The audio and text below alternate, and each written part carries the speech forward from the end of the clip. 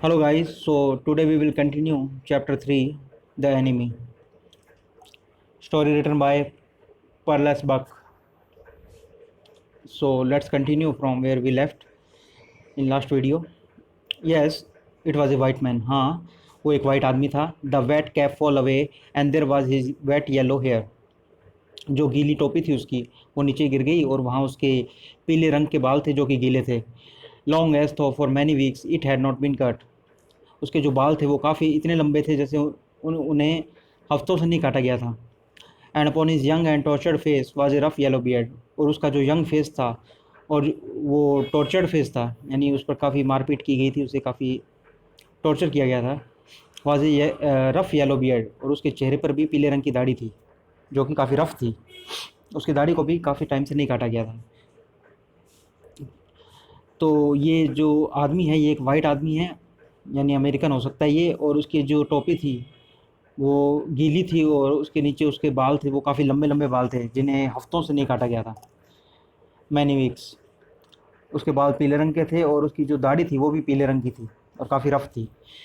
He was unconscious and knew nothing that they did for him. वो unconscious था, यानी वो होश में नहीं था. और वो एंड न्यू नथिंग, और उसने कुछ कुछ भी नहीं जाना या वो कुछ भी नहीं जानता था कि that they did for him, कि उन्होंने उसके लिए क्या किया. Now Sadao remember the wound. अब सदाओ ने को जो घाव है उसकी याद आई. And with his expert fingers he began to search for it. और उनकी जो एक्सपर्ट यानी जो अनुभवी है उस उनकी उंगलियां थी, क्योंकि वो डॉक्टर थे, एक डॉक्टर और साइंटिस्ट, तो सर्जन भी थे वो. And with expert fingers he began to search for it. तो उन्होंने घाव को तलाशने की कोशिश की अपनी एक्सपर्ट फिंगर से. Blood flowed freshly at his touch. और उनके छूने से जो खून था वो रुका हुआ था वो अचानक से दोबारा से निकलने लग गया. On the right side of his lower back Sadao saw that a gun wound had been reopened. तो उसकी जो राइट साइड थी लोअर बैक की, यानी जो पीछे वाली पीठ का निचला हिस्सा होता है, वहाँ एक गन की वाउंड थी, यानी गोली लगने का निशान था वहाँ पे. Sadao saw that a gun wound had been reopen. और उन्होंने देखा कि उससे दोबारा खून आने लगे, वो दोबारा ओपन हो गया है. जो घाव था वो एक बार उसमें खून रुका हुआ था, तो वो उनके छूने से वो खून दोबारा निकलने लग गया वहाँ. The flash was black and with powder. जो उसकी चमड़ी थी वहाँ उस जगह की वो काली हो गई थी पाउडर से. पाउडर होता है जो गन पाउडर होता है, बारूद का होता है, जो जो बुलेट होती है गन की, उसमें गन पाउडर होता है. तो उससे उनकी उसकी जो चमड़ी थी जहाँ उसकी गोली लगी थी वहाँ पे ब्लैक हो गया था. Some time not many days ago the man had been shot and had not been tended. Some time not many days ago मतलब ज़्यादा दिन नहीं हुए थे जब उसे गोली लगी थी. The man had been shot and had not been tended. और उसका कोई इलाज नहीं किया गया था. टेंडेड मीन्स होता है लुकड आफ्टर, या इलाज करना किसी को. It was bad chance that the rock had stuck the bound. अब ये एक बुरा चांस था कि जो रॉक पत्थर था, हैड स्टक द बाउंड, उससे उसको उसका जो घाव था उस पर चोट लग गई थी. ओ हाउ ही इज़ ब्लीडिंग, हना whispered again in A Solomon voice. अब जो इनकी वाइफ है हना, वो कहती है हाउ ही इज़ ब्लीडिंग, वो कितना इसका खून निकल रहा है. हना whispered again in A Solomon voice. Solomon होता है जो सीरियस टोन में, काफ़ी गंभीर आवाज़ में. हना whispered again in A Solomon voice. उन्होंने गंभीर आवाज़ में या सीरियस वॉइस में कहा. The mist screened them now completely. Mist होता है जो कोहरा होता है, धुंध होती है जो. स्क्रीन मीन्स होता है कवर कर लेना किसी चीज़ को. The mist screen them now completely. तो जो कोहरा था उसने उन्हें कवर कर लिया पूरी तरीके से अब. And at this time of day no one came by. और ये दिन का वो समय था जब वहाँ कोई भी आता जाता नहीं था. The fisherman had gone home. जो मछुआरे थे, फिशरमैन, फिशरमैन होते हैं जो मछली वगैरह पकड़ते हैं, मछुआरे होते हैं. The fisherman had gone home. जो मछुआरे थे वो घर जा चुके थे. And in the chance beachcombers would have consider the day at an end. और जो चांस बेंच कॉम्बर्स थे, यानी जो अचानक से छापा मारने वाले थे, जो सर्च करते हैं एट द बीच, तो ये वॉर का टाइम है, तो इसमें जो सोल्जर्स वगैरह होते हैं उनकी कोई टुकड़ी होती है या उनकी कोई ग्रुप होता है वो सर्च करता रहता है सी के through. Search at the beach, searchers at the beach.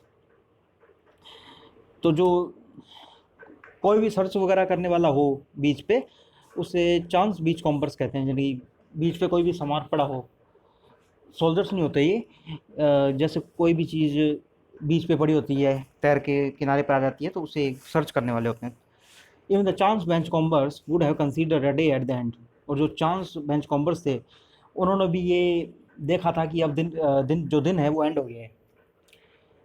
तो इसका मीन्स ये है कि वहाँ पे अब कोई भी नहीं आने वाला था और कोई भी था नहीं वहाँ। जो फिशरमैन थे यानी जो मछुआरे थे वो घर जा चुके थे। और जो चांस बीच कॉम्बर्स होते हैं यानी जो बीच पे कुछ भी चीज़ों को जो पानी में बह के किनारे पर आ जाती हैं उसे ढूंढने वाले होते हैं, would have consider a day at end, वो भी वहाँ से जा चुके थे। What shall we do with this man, अब हम इस आदमी का क्या करें।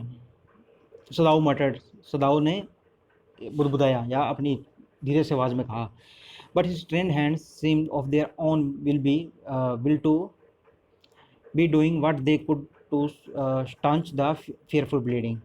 स्टेंच होता है to stop the flow of blood, खून को रोकने के लिए कुछ दबाव देता तो उसे स्टेंच कहते हैं।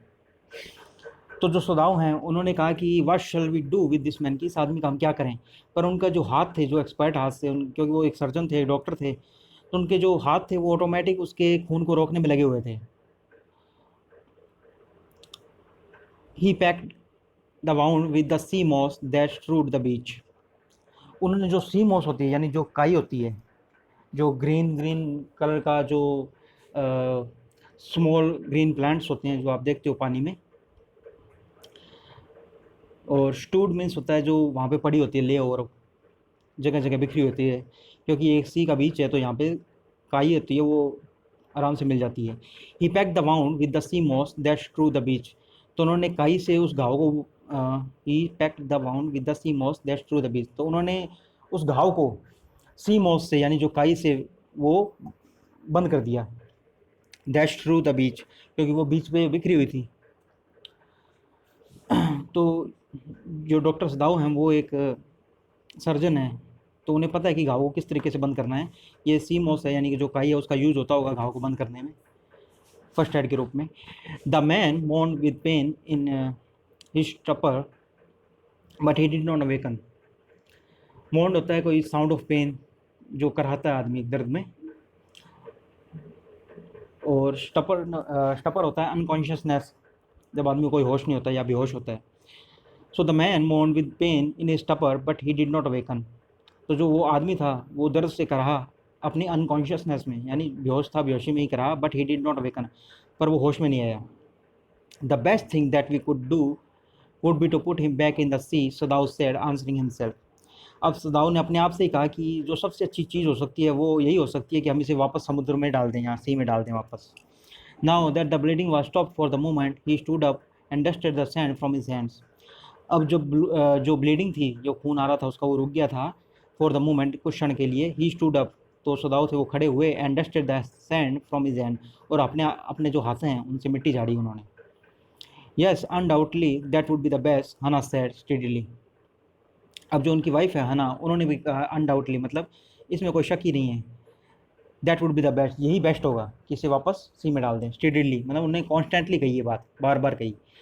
But she continue to stay down at the motionless man, पर वो लगातार देख रही थी, वो मोशनलेस जो आदमी था यानी कोई भी उसमें हलचल नहीं थी, बेहोश था वो, उसकी बॉडी में कोई भी मूवमेंट नहीं थी, उस आदमी की तरफ वो लगातार देख रही थी। If we sheltered a white man in our house we should be arrested, and if we turn him over as a prisoner he would certainly die, Sadao said. अब सदाऊ ने कहा कि अगर हम इसे शरण देते हैं, शेल्टर शेल्टर होता है किसी चीज़ को शरण देना या किसी को अपने अंदर सेफ रखने के लिए कर लेना।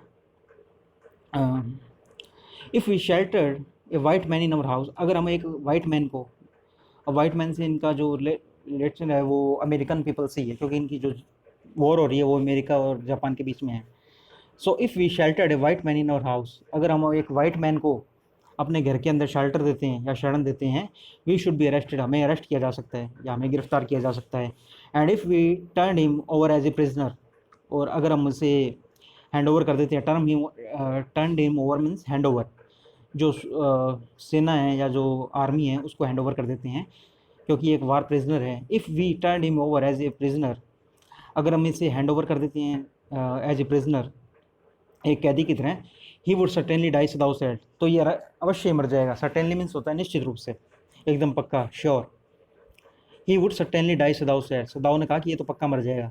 The kindest thing would be to put him back into the sea, Hana said, अब हना ने कहा कि एक काइंडेस्ट थिंग होगी, यानी काफ़ी दयालुपूर्ण व्यवहार होगा, काफ़ी अच्छा व्यवहार होगा इसके साथ। The kindest thing would be to put him back into the sea, Hana said. जो इनकी वाइफ है ना, उन्होंने कहा कि जो इन्हें इसे वापस अगर हम सी में डाल दें तो ये काइंडेस्ट होगा, क्योंकि जो अगर इसको सेना पकड़ेगी तो काफ़ी टॉर्चर होगा, ये इसे काफ़ी टॉर्चर किया जाएगा। But neither of them moved, पर उनमें से किसी ने भी मूव नहीं किया। They were staring with a curious repulsion upon the inert figure. Repulsion होता है किसी चीज़ को डिसलाइक करना, और इनर्ट होता है मोशनलेस, यानी जो, क्योंकि उसमें की बॉडी में कोई मूवमेंट नहीं थी। So they were staring with a curious repulsion, मतलब वो उसकी तरफ देख रहे थे एक क्यूरियस, मतलब एक काफ़ी एक्साइटमेंट के साथ, या कुछ जानने की इच्छा हो जब आपकी में। क्यूरियस रिपल्शन मीन्स एक डिसलाइक था उनमें इस चीज़ के प्रति। अपॉन द इनर्ट फिगर, जो मोशनलेस उसकी बॉडी थी। इनर्ट फिगर मीन्स होती है उसकी जो, क्योंकि वो होश में नहीं था, मोशनलेस था, बेहोश था, तो वो उसकी तरफ लगातार देख रहे थे डिसलाइक से, उसका जो मोशनलेस फिगर था उस, यानी उसकी जो बॉडी थी जिसमें कोई भी हलचल नहीं थी। व्हाट इज़ ही, हना विस्पर्ड, ये क्या है। There is something about him that looks American, इसके बारे में कुछ है जो दैट लुक्स अमेरिकन, जो कि अमेरिकन लगता है। सदाउ सेड, सदाउ ने कहा। He took up the battered cap, अब उन्होंने उसकी जो कैप थी जो बैटर्ड थी, बैटर्ड होता है जो जो काफ़ी मतलब फटी हुई हो या काफ़ी बिल्कुल दबी कुचली हो, तो उसकी जो कैप थी वो फटी हुई थी बिल्कुल ही, और जो पानी में भीगी हुई थी तो बिल्कुल उसका कचरा बन गया था। He took up the battered cap, yes, destroyed कह सकते हैं। He took up the battered cap, yes, there almost gone was the faint lettering, और उसके बाद कुछ प्रिंट किया हुआ था टॉप कैप के ऊपर, और वो मिट चुका था, लगभग जा चुका था। वाज द फेंट लेटरिंग, फेंट होता है बिल्कुल अनक्लियर, कुछ दिखाई ना दे, कुछ समझ ना आए। ए सेलर, ही सेड, ये एक सेलर है। फ्रॉम एन अमेरिकन वारशिप, एक अमेरिकन वारशिप का, यानी कि जो अमेरिका का एक युद्ध पोत होता है, यानी जो वारशिप होता है जिसको वार में यूज़ किया जाता है, शिप, बिग शिप होता है जिसपे, उसका सेना का सिपाही है ये। He spelled it out, US Navy. अब उन्होंने इसको पढ़ के देखा, यूएस नेवी, उस पर लिखा हुआ था United states navy. The man was a prisoner of वार, तो जो ये जो आदमी था ये वार प्रिजनर था, यानी एक अमेरिकन सिपाही था, ये अमेरिकन सोल्जर था जिसे जापान की सेना के द्वारा पकड़ लिया गया था और काफ़ी टॉर्चर किया गया था उसे, और वो वहाँ से भाग के आया था, और वो किसी तरह भाग के, उसको बुलेट भी लगी थी, तो वो पानी में बहते हुए इनके किनारे पर आ गया है बीच के। ही हैज़ escaped, हैना cried softly, and that is why he is bounded. अच्छा, वो ये भाग के आया था, ही हैज़ escaped, ये भाग के आया था, हैना cried softly, and that is why he is bounded, और इसीलिए इसको ये घायल है। अब जो हना है उनकी वाइफ, वो चिल्लाई धीरे से। इन द बैक, सदाउ एग्रीड, हाँ पीछे। अब सदाउ एग्री हुई इस बात में कि इसे पीछे पीछे गोली लगी है। They hesitated, looked at each other, then Hana said with resolution. अब वो कुछ क्षण के लिए तो हिचकिचाए, they hesitated looking at each other, वो हिचकिचाए, मतलब वो डिसाइड नहीं कर पा रहे थे क्या होना है, तो कुछ बोल नहीं पा रहे थे, हिचकिचा रहे थे। लुकिंग एट ईच अदर, एक दूसरे की तरफ देखते हुए। द हना सैड विद रेजोल्यूशन, हना ने दृढ़ निश्चय के साथ कहा, पक्के तरीके से। रिजोल्यूशन होता है काफ़ी आप अपना मन बना चुके हो जब। द हना सैड विद रेजोल्यूशन, हना ने काफ़ी पक्के मन के साथ कहा, come, are we able to put him back into the sea, आओ, are we able to put him back into the sea, क्या हम इसको वापस सी में डाल सकते हैं। If I am able are you, Sadao आस, अब सदाऊ कह रहे हैं कि अगर मैं डाल भी सकता हूँ तो क्या तुम डाल सकती हो इसको वापस सी के अंदर या पानी के अंदर। नो, हना sad, but if you can do it alone. अब हना है, उसने कहा नहीं मैं नहीं ऐसा कर सकती, पर अगर तुम कर सकते हो तो अकेले ही कर लो ये। सदाऊ हेजिटेटेड अगेन, अब सदाऊ है वो दोबारा हेजिटेट कर गए, यानी दोबारा हिचकिचाए। The strange thing is, he said, that if the man were whole I could turn him over to the police without difficulty.